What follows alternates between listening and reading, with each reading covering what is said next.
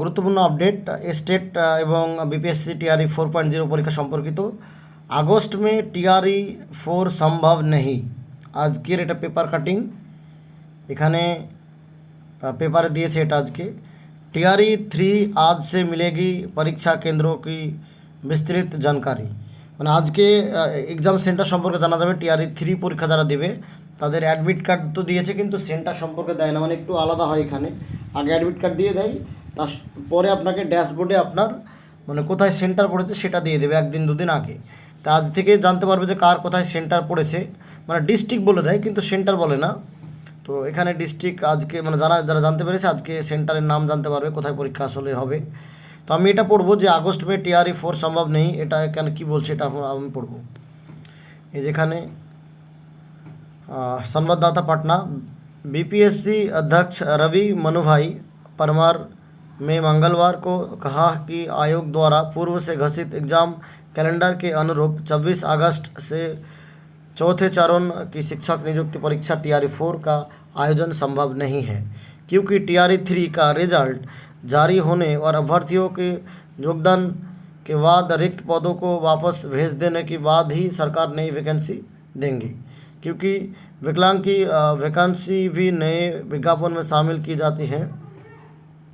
65% आरक्षण पर सरकार का निर्णय नहीं आने के कारण अभी टीआरई 3 के रिजल्ट प्रकाशन में देर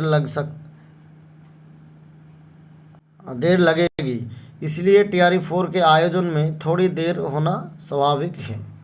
আচ্ছা, এই পর্যন্ত যাকে টিআরই এরপরে ওই ওদের যে বিপিএসসি পরীক্ষা নেয়, আমাদের যেমন ডব্লিউবিসিএস হয় ওদেরও বিপিএসসি পরীক্ষা হয়, তার খবর এখানে দিয়েছে। তো ব্যাপার হচ্ছে বিপিএসসি টিআরই 4.0 পরীক্ষা একটু পিছিয়ে যাচ্ছে। তো যারা প্রিপারেশন নিচ্ছে তাদের জন্য একটু সুবিধা হলো, কারণ প্রিপারেশনের জন্য সুবিধা মানে টাইমই পেতেন না যদি টাইম মানে একটু লেট না হতো।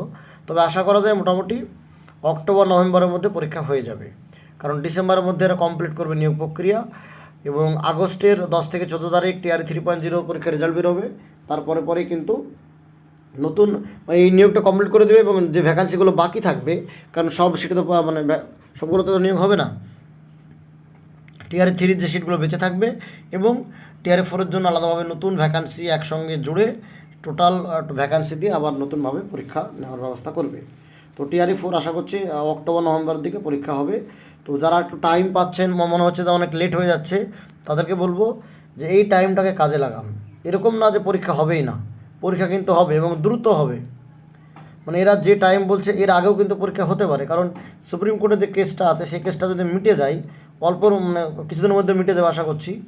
মানে যে হয় যদি আরক্ষণ দেয় তো দিবে, না হলে যদি না দেয় তাহলে বাদ দিয়ে দিবে। যে কোনো একটা যদি রায় দিয়ে দেয় তাহলে এটা মানে দ্রুত হয়ে যাবে কিন্তু। হ্যাঁ, এই জন্য বলবো যে এরকম না যা প্রচুর টাইম পাচ্ছি বলে টাইম ওয়েস্ট করবো না, ভালোভাবে পড়াশোনা করুন।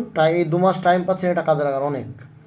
অনেক মানে প্রচুর পরিমাণে পড়তে হবে, প্রচুর যত পারবেন যেখান থেকে পারবেন প্র্যাকটিস করুন, এমসিকিউ হোক বা এমনি অনলাইনে পড়তে পারেন, এবং প্রচুর প্র্যাকটিস করতে হবে, প্র্যাকটিস ছাড়া কিন্তু সম্ভব নয়।